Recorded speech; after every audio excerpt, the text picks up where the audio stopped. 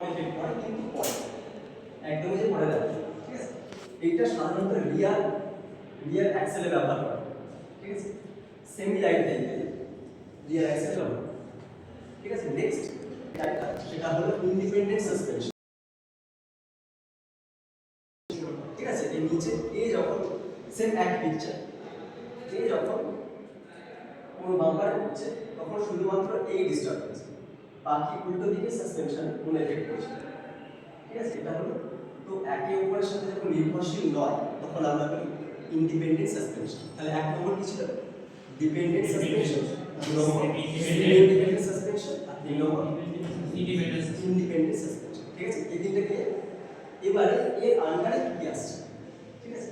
এই যে টাইপটা দেখতে পাচ্ছ মাঝখানে একটা দেখবে গ্যারেজের ভাষায় বলে শকার্স, যেটা মোটরসাইকেল, আর ভালো ভাষায় বা টেকনিক্যাল ভাষায় বলে শক অ্যাবজর্বার, আর উপরে একটা কয়েল স্প্রিং আছে, ঠিক আছে। এই দুটো একসাথে যখন হবে তখন ওটাকে বলে ম্যাকফারসন স্ট্রাট। ম্যাকফারসন একটা বিজ্ঞানী তার যিনি আবিষ্কার করেছেন, ঠিক আছে।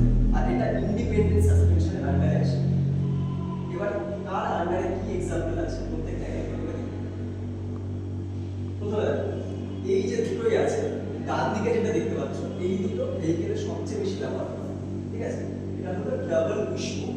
কি বলছি প্রথমে নাম বলে প্রথমে, ঠিক আছে। ডান দিকে যেটা আছে সেটা ডাবল উইশবোন, বাঁ দিকে যেটা আছে সেটা হলো ম্যাকফারসন স্ট্রাট।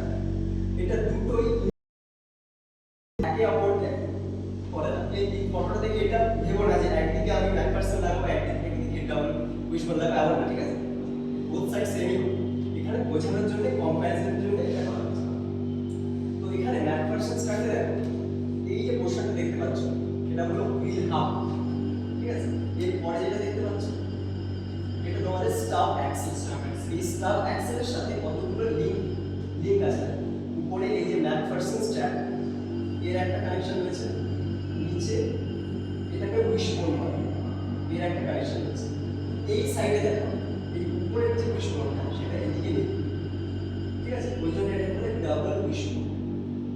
এখানে দেখো উইশবোন নেই, শুধুমাত্র এই দুটো শকার্স এবং কয়েল স্প্রিং এই দুটো রয়েছে, ঠিক আছে। এটাকে আমরা বলি ম্যাকফারসন স্ট্রাট।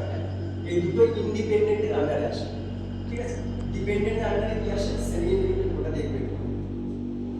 নেক্সট এখানে দেখো এখানে হুইল হাবকে দেখানো হয়েছে হুইল হাব অ্যাসেম্বলি। অ্যাসেম্বলি বলতে অনেকগুলো জিনিসের একসাথে। হুইল হাব অ্যাসেম্বলি বলতে বুঝিয়েছে যে হুইল হাব আছে plus stub axle, wheel hub plus stub অ্যাক্সেলকে দুটোকে একসাথে যখন বুঝতে না পারে আমরা বলবো, ঠিক আছে।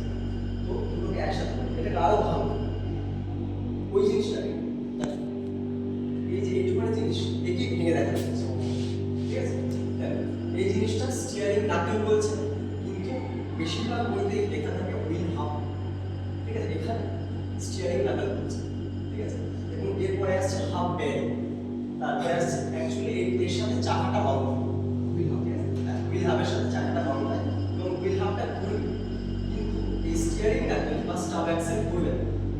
এই নিজের জায়গা ফিক্স করা এর সাথে অনেক কানেকশন, স্টিয়ারিং এর কানেকশন, বিভিন্ন কানেকশন স্টিয়ারিং এর মাধ্যমে, ঠিক আছে। এবার এই যে বল বেয়ারিং এর মাঝখানে ফিট হবে এবং এর ইনার পেজটা সেই ইনার পেজের সাথে হুইল হাবটা ঘুরবে, যাতে আচ্ছা এটা আমরা প্র্যাকটিক্যালি করেছি সেমি লাইট ভেহিকেল। হ্যাঁ, তোমাদের প্রথম যেটা করেছিলাম তার নাম কি? সেমি ফ্লোটিং প্রথমে কি করেছিল? প্রথমে যেটা প্র্যাকটিক্যাল করেছিল, ঠিক আছে, ওটা সেমি